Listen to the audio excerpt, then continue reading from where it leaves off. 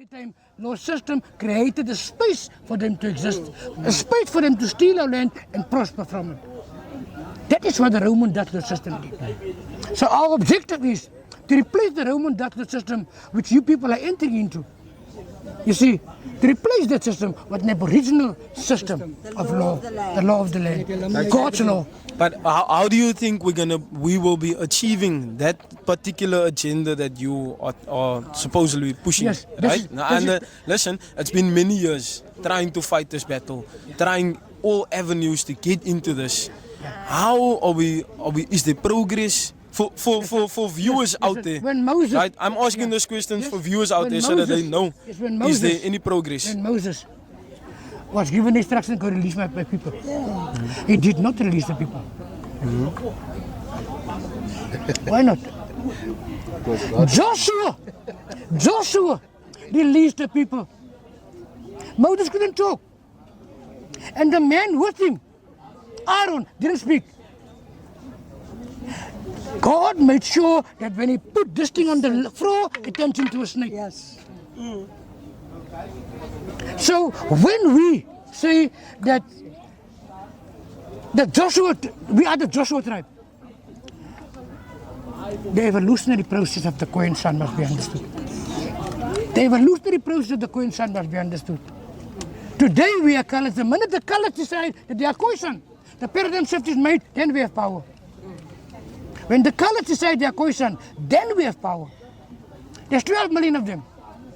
Until such time as they decide, gangsterism will prosper, prostitution will prosper, drug addiction will prosper, because it's part of the coloured case.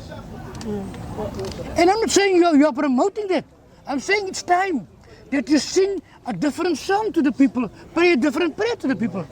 You see, and tell the people, listen, you are Khoisan, unambiguously. You are Khoisan, you are not colours, and you are colours by legislation. And that legislation was created to create the perfect genocide. Kill all the descendants. That is why we have people still reasoning. I'm not coloured, I'm not Khoisan, I'm coloured. It's part of a psychological war that was imposed.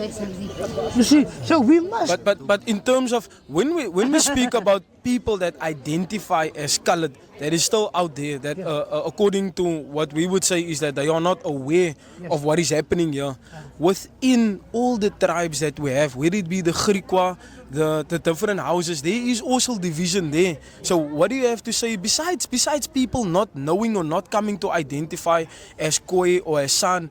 What about those who are already aware but they are still fighting each other? What I want to know about that. Right, we have the TKLA. Yes. We have the Khoisan Commission. Yes. Right? All created to implode the Khoisan nation. All created to implode, to divide and rule.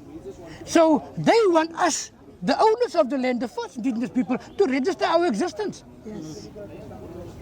To register our existence. Prove that you're alive. We have never been gone. We've been here all the time. Under a different face. Your face.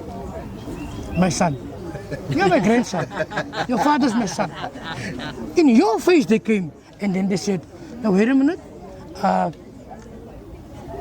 You don't exist anymore. But we create the scope, the carrot, to these so-called leaders, to tell them, if you register, this is what you will get. You'll get the same as the king of the Zululand. Right? You'll get the same as the queen in Lesotho. So what's happening now? Money is being put in front of so-called leaders. Yes, it's the truth. And that money is the reason you find so many people within the Aboriginal Liberation Movement. No, sorry. Within the Aboriginal nation. Therefore, out of that was born the Aboriginal Liberation Movement. We are not for sale.